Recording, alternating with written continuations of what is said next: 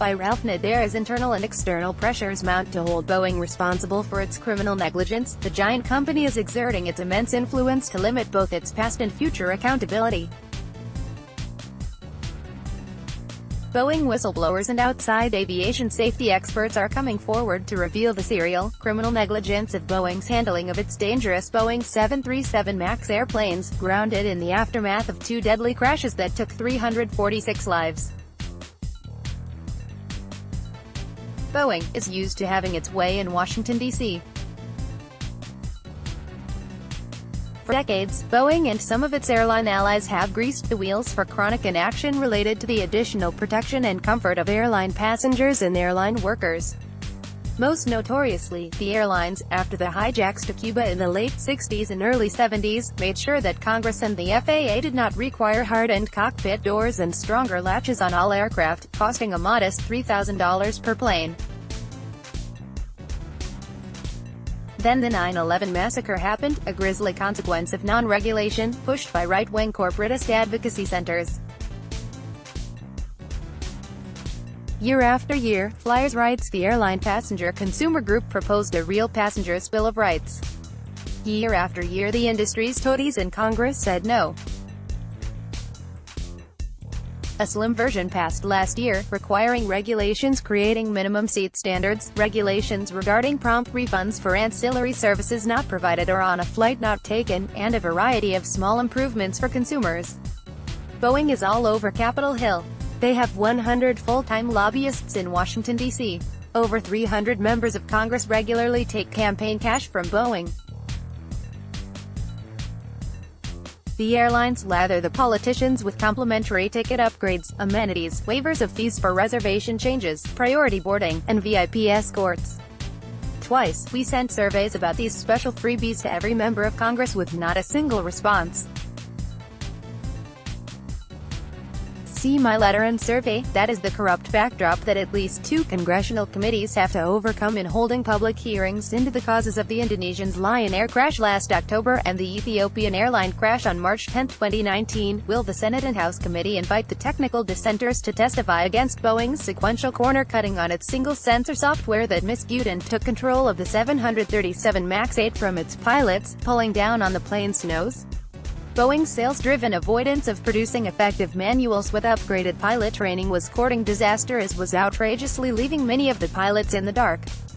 The congressional committees must issue subpoenas to critics of Boeing and the FAA in order to protect them from corporate and agency retaliation.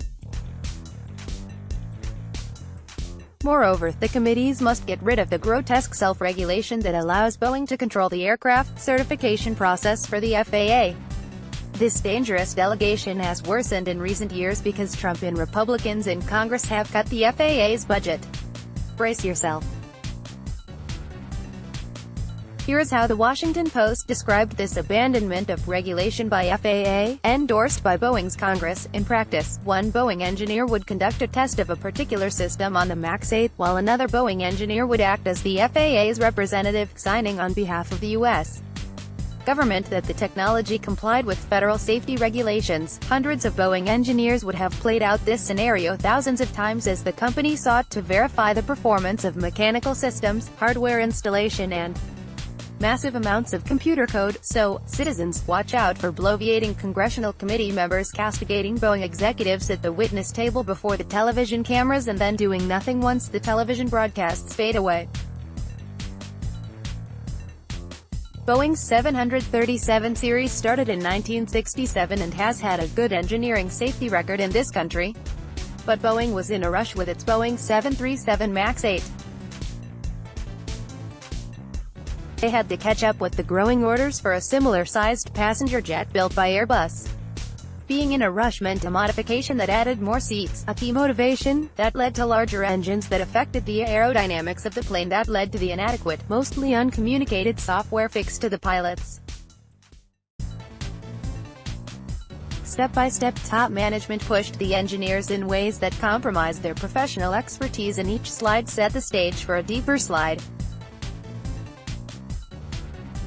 Now, the press is reporting a criminal probe by the Justice Department. The Inspector General of the Department of Transportation is also investigating the FAA's certification of 737 MAX 8 years ago. Aviation experts say Boeing should have developed a brand new aircraft designed for such intermediate distances. But Boeing dug in and compliant FAA officials dropped the ball. And President Trump has failed to fill 3 top slots at the FAA since January 2017. That is why, after Flight 302 crashed outside Addis Ababa, both Boeing and the FAA kept issuing statements filled with gibberish saying that the 737 MAX 8 was safe.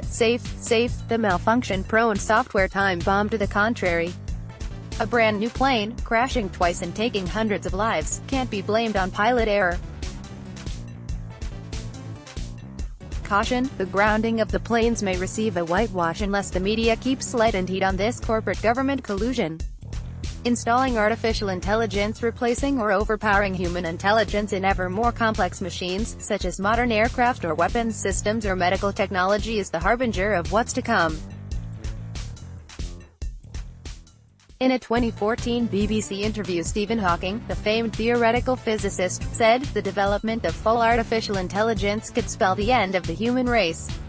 And in 2018 Elon Musk said, "If AI has a goal and humanity just happens to be in the way, it will destroy humanity as a matter of course without even thinking about it."